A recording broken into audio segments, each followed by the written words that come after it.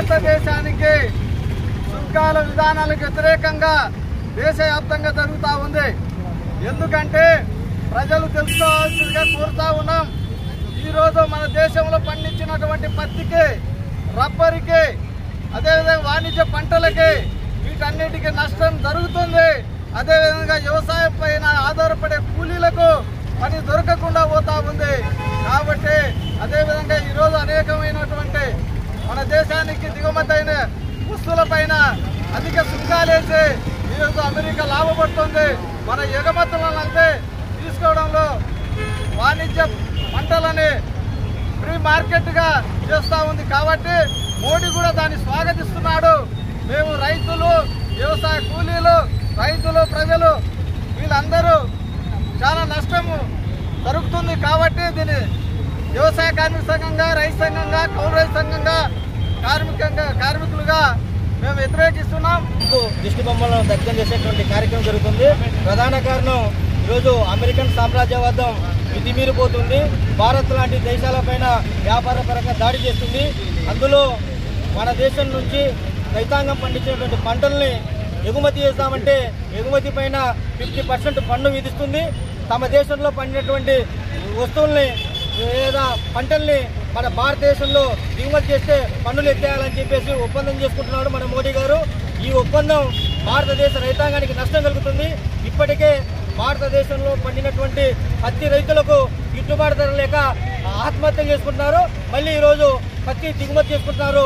పత్తి దిగుమతి చేసుకోవడం వల్ల ఈ దేశంలో ఉన్నటువంటి రైతులకు నష్టమే కాకుండా ఈ దేశంలో ఉన్నటువంటి పరిశ్రమలు, గార్మెంట్స్ అన్నీ కూడా మూతపడుతున్నాయి. ఫలితంగా ఈ దేశంలో ఉన్నటువంటి కార్మికులకు కూడా ఉపాధి లేకుండా పోతుంది.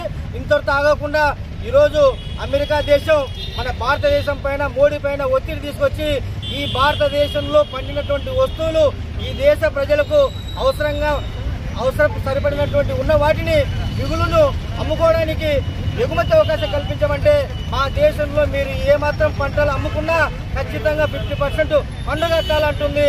కానీ వాళ్ళ దేశంలో పండినటువంటి ఈరోజు పండ్లు, మొక్కజొన్నలు, అదేవిధంగా ఆ దేశంలో పాల పరిశ్రమలన్నింటినీ కూడా మన దేశంలో తక్కువ టారిఫ్కు దిగుమతి చేస్తామని చెప్పేసి ఒత్తిడి పెడుతుంటే అందుకు డూడు బసవన్నలాగా మన మోడీ గారు తల ఊపుతున్నాడు. అందుకే ఆంధ్రప్రదేశ్ రైతు సంఘంగా, వ్యవసాయ కార్మిక సంఘంగా మీరు చేసుకున్నటువంటి ఒప్పందాలు ఈ దేశ ప్రజలకు, రైతులకు, కూలీలకు హాని కలిగించేవిగా ఉంటాయి. అంతేకాదు ఉపాధి పోయేవిగా ఉంటాయి. కాబట్టి ట్రంప్తో చేసుకున్నటువంటి ఒప్పందాలు రద్దు చేసుకోవాలా, ట్రంప్ వేసేటువంటి సుంకాలను రద్దు చేయాలని చెప్పేసి రైతు, వ్యవసాయ కార్మిక సంఘాలుగా డిమాండ్ చేస్తున్నాం.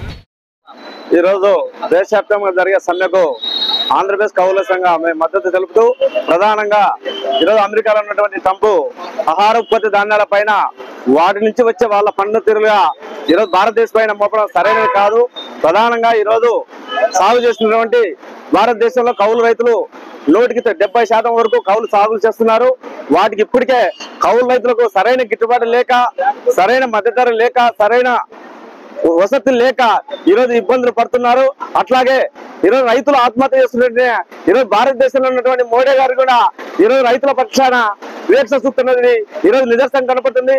ఎందుకంటే ఈరోజు భారతదేశంలో ఎంతో మంది, వేలాది మంది వలసలు పోతున్నారు. ఈరోజు అమెరికా పోతే అమెరికాలో ఉన్న ట్రంప్ పర్సెంటేజ్ ప్రకారం పెట్టి తీసుకొని ఈరోజు మన చరిత్రలను విధించే దుర్మార్గమైన వివరిస్తున్నట్టు ట్రంప్కి ఈరోజు ఊడుగల వస్తున్నటువంటి మోడీ గారిని వ్యతిరేకిస్తూ, అలాగే ఈరోజు ట్రంప్ రైతాంగం పట్ల మనపై పెనుభారంగా పన్నులు భారం వేస్తున్నారు. వాటిని రద్దు చేసి సరైన పద్ధతిలో రైతులకు గిట్టుబాటు ధర అందించి ఈరోజు పత్తి పైన కానీ, నువ్వుల ధాన్యాల పైన, ఆహార ఉత్పత్తి ధాన్యాల పైన సక్రమంగా అమలు చేపించే వరకు ప్రధాని ఒత్తిడి చేయాలని మేము ఆంధ్రప్రదేశ్ కౌలు సంఘం డిమాండ్ చేస్తూ తెలియజేస్తున్నాం. ఆంధ్రప్రదేశ్ కౌలు సంఘం జిల్లా అధ్యక్షుడు మార్కు. కొన్ని నెలలుగా అమెరికా దేశాధ్యక్షుడు ట్రంప్ అనేక దేశాల మీద అధిక సుంకాలను, టారిఫ్లను విధిస్తూ ఆయా దేశాలని తమ అదుపులోకి తీసుకోవాలని చెప్పి ప్రయత్నాలు చేస్తూ ఉన్నారు. దీన్ని ప్రధానంగా చైనా, రష్యాతో ప్రారంభమై ఈరోజు భారతదేశాల మీద అత్యధిక సుంకాలు విధిస్తూ ఉన్నారు. సుంకాలు ఎందుకు విధిస్తున్నారో, మేము చేసిన పాపం ఏంటి అని చెప్పి అడిగితే, రష్యాతో మీరు ఆయిల్ దిగుమతి చేసుకుంటున్నారు కాబట్టి మీరు సుంకాలు విధిస్తా ఉన్నారని చెప్తా ఉన్నారు. వాస్తవానికి రష్యాతో ఆయిల్ దిగుమతి చేసుకుని సుంకాలు విధించడం కాదు. ఈరోజు అమెరికా వ్యవసాయం మొత్తం కూడా సంక్షోభంలో పడింది. అమెరికా వ్యవసాయం సంక్షోభంలో పడడానికి ప్రధానంగా అమెరికానే తను తీసుకున్న గుంతలో తానే పడ్డటువంటి పరిస్థితి ఈ రోజు కొనసాగుతా ఉంది.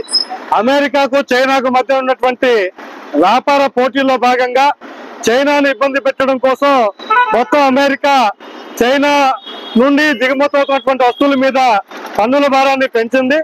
దానికి అదనంగా చైనా కూడా అమెరికా నుంచి ఏవైతే వ్యవసాయ ఉత్పత్తులు ఉన్నాయో వాటిని చైనాలో దిగుమతి చేసుకోవడానికి చైనా కూడా అధిక సుంకాలు విధించింది. దాని ఫలితంగా అమెరికా నుండి పోయే సోయాబీన్ కానీ లేదా గోధుమ కానీ చక్కెర కానీ ఇవన్నీ కూడా దిగుమతి చేసుకోలేని స్థితి కొనసాగింది. అందువల్ల అమెరికాలో ఉన్నటువంటి వ్యవసాయ ఉత్పత్తులు ఏవైతే ఉన్నాయో వాటి ఇతర దేశాలకు అమ్ముకోలేక మన దేశం నుంచి 20% వ్యవసాయ ఉత్పత్తులు అమెరికాకు ఈరోజు ఎగుమతి అవుతున్నాయి. వాటన్నిటిని నిలిపివేసి ఈరోజు భారత వ్యవసాయ రంగాన్ని తీవ్ర ఇబ్బంది పెట్టే పద్ధతిలో ప్రయత్నం చేస్తా ఉన్నారు. ఈరోజు ఏమంటే రష్యాతో నువ్వు స్నేహంగా ఉన్నావు కాబట్టి నువ్వు సుంకాలు వేస్తా ఉన్నావు, లేదా మేము చెప్పినట్టు వినట్లేదు కాబట్టి సుంకాలు వేస్తా ఉన్నావు అని చెప్తా ఉన్నారు. వాస్తవంగా మన భారత ప్రధాని నరేంద్ర మోడీ ట్రంప్ కు మోకాళ్ళంటే ఈరోజు ట్రంప్ కు పూర్తిగా పాదచారం చేసే పద్ధతిలోనే ఉన్నాడు. అయినా భారత్ మీద భారాలు మోపే పద్ధతిలో చేయడం సరైనది కాదు. అట్లే ఈరోజు ట్రంప్ అధికారంలోకి వచ్చినప్పటి నుండి భారతదేశం నుంచి ఏదైతే 60% అవుట్ సోర్స్ అంటే 60% అమెరికా పనులను అవుట్ సోర్స్ ద్వారా భారత కార్మికులు ఉద్యోగులు చేస్తా ఉన్నారు. ఆ ఉద్యోగాల్ని కూడా తొలగించి ఈరోజు అమెరికాలో నివసిస్తున్నటువంటి ఉద్యోగ కార్మికులు సాఫ్ట్వేర్ ఉద్యోగులందరూ కూడా బలవంతంగా సంఖ్యలు వేసే పద్ధతిలో భారతదేశానికి పంపించి భారత ప్రజలను అవమానపరిచే పద్ధతిలో ఈరోజు ట్రంప్ చేస్తా ఉన్నాడు. మరోవైపు అమెరికాకు ఉపయోగపడే ఇండికేటర్స్ ఇవన్నీ కూడా సెల్ ఫోన్ లో తయారు చేసే సర్క్యూట్స్ ఇవన్నీ తయారీ రంగంగా భారత్ ఉంది. అవేమో దిగుమతి చేసుకోవడానికి సుంకాలు వేయలే, మినహాయింపు ఇచ్చారు. కానీ వ్యవసాయ ఉత్పత్తుల మీద మినహాయింపు ఇవ్వకపోవడం వల్ల ఈరోజు భారతదేశంలో వ్యవసాయం మీద ఆధారపడే అనేక మంది రైతులు ఈరోజు గిట్టుబాటు ధర తగ్గిపోయే ప్రమాదం ఉంది. అట్లే భారత వ్యవసాయ ఆధారిత పరిశ్రమలుగా ఉన్నటువంటి పరిశ్రమలు మొత్తం కూడా మూతపడడానికి అవకాశం ఉంది. కాబట్టి మోడీ గారు తక్షణం జోక్యం చేసుకోవాలా. మనం కూడా అమెరికాకు వ్యతిరేకంగా పద్ధతుల్లో ఐక్యరాజ్య సమితిలో మాట్లాడాలా. ట్రంప్ వేసే టారిఫ్లకు పోటీగా మనం కూడా అమెరికా టారిఫ్లు వేస్తాం జాగ్రత్త అని చెప్పి హెచ్చరిక చేసే పద్ధతిలో భారత ప్రధాని ధైర్యంగా నిలవడం చెప్పి సందర్భంగా మేము కోరుతా ఉన్నాం.